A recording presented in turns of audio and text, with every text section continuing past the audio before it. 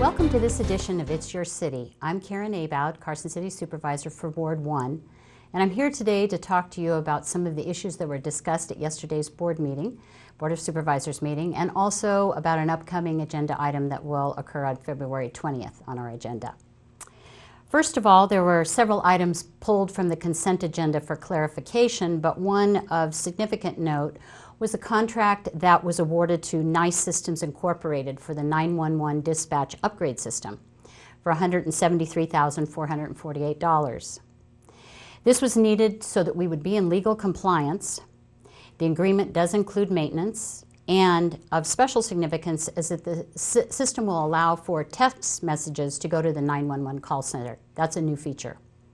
Also, the Historic Resources Commission delivered their 2013 report with the news that they were going to try and work with grant funding to see if they could assist the Friends of the Prison preservation efforts. Lots of dialogue occurred with regards to the second reading of the ordinance declaring a moratorium of up to 180 days and as much as 60 days more than that on the acceptance of processing and planning or other applications for construction or operation of a medical marijuana establishment, as contemplated by the Senate Bill 374 of the 2013 legislative session. Long story short, though the state may have the regulations up by April 1st, that does not mean that the 10-day window of application will occur right after that. The discussion was that that may not occur until the end of summer, as the state has to get their regulatory team in place as well. The District Attorney's Office is awaiting a written decision from the Nevada State Bar to determine if they can or cannot assist in the advisement process to the city with regards to ordinances. Also, the city needs time to make sure that we have a comprehensive package that protects the city from lawsuit. That package has to specifically spell out regulations, land usage, zoning, and all of that takes time. And with the noticing requirements and so forth for the various committees and commissions that this has to go before, it will take that much time. Staff, however, will give us updates as the process goes along. There will be a public workshop, but ultimately the zoning regulations will be the Board of Supervisors' decision. Also, the fiscal year 2014-2015 budget parameters were set, and specifically the property tax rate, as to begin the discussion on formulating the budget for 2014-2015. The tax rate was set at $3.54 for the time being per $100 of assessed value, and much discussion ensued about what the general fund is made up of, which is sales tax and property tax. That makes up 2/3 of the general fund revenue. And because we have so much state and federally owned land within our boundaries, only about 18% of our population pays property tax.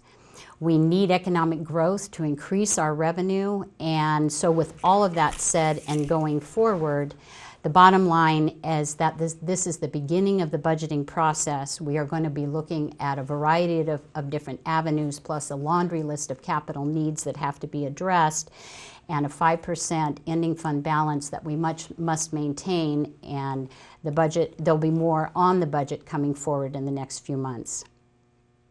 The resolution was passed to place the advisory question on the 2014 general election ballot, asking the Nevada State Legislature to amend the Carson City Charter to provide for ward-only voting for ward supervisor primary elections and an at-large general election runoff between the two highest primary vote receivers in each ward. And the meeting ended on a high note with the fact that on April 6th, Sportsman's Warehouse will open its doors. On April 24th, Beal's Department Store will open its doors, and that Ross Department Stores are coming to Carson City as well. Now I'd like to divert the conversation a bit to what is coming up to the February 20th agenda. Recently, in sitting at several meetings, I was looking at the motto below our city-state seal, and it says, "Proud of its past and confident of its future." And of importance to Carson City's future on February 20th, requiring a supermajority of 4 of the Board of Supervisors, the 1/8 of a cent sales tax initiative will come forward. There have been 3 public meetings, much information disseminated, including a cash flow analysis at a conservative 2% sales tax projection, history of sales tax collection, and how Carson City would fare with this increasing sales tax compared to our surrounding counties. We want to be below Washoe County because our car dealers and their sales matter to Carson City, and we want them to maintain a competitive edge. And diverting for just a moment to a recent article that Guy Rocha had written about the history of the freeway, we are at the juncture where William Kroll Sr., our mayor's father, as the attorney representing the businesses in the downtown core 50 years ago, was fighting against the freeway for fear of its effect on the businesses. We are now at that juncture as the freeway will be completed in 2016.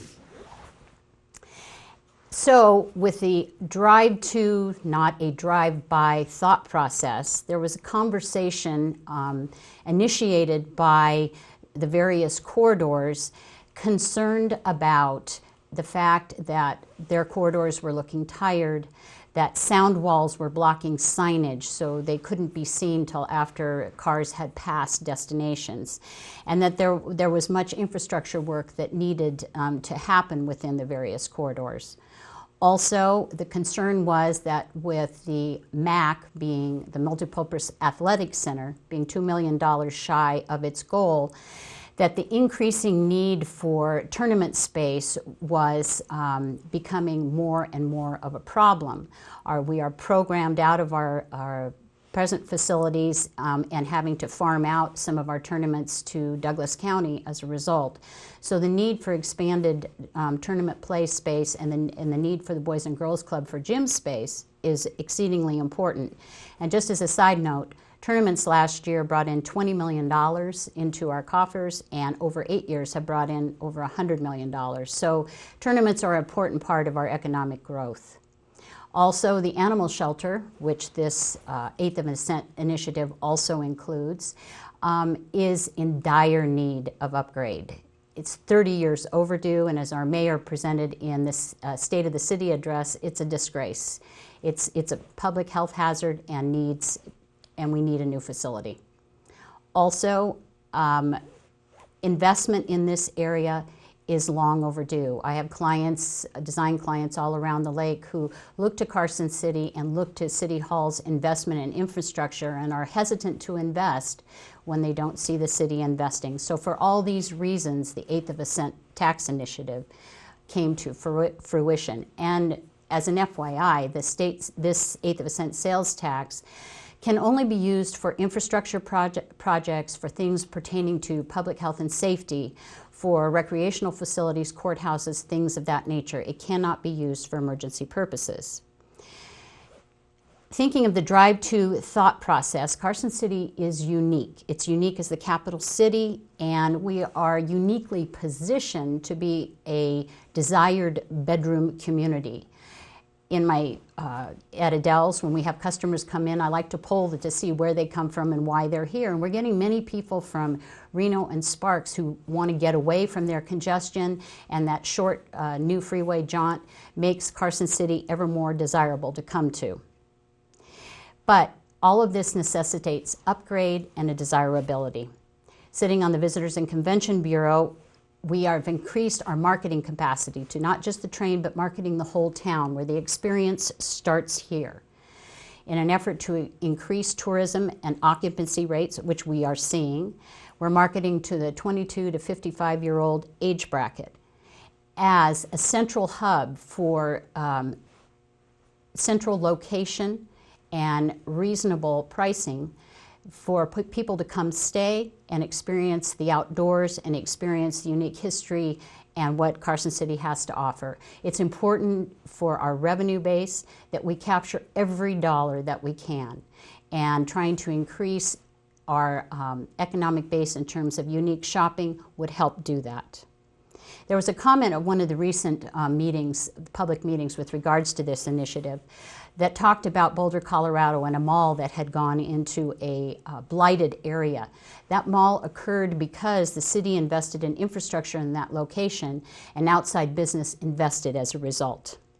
There is a concern that there's so many projects included in this initiative.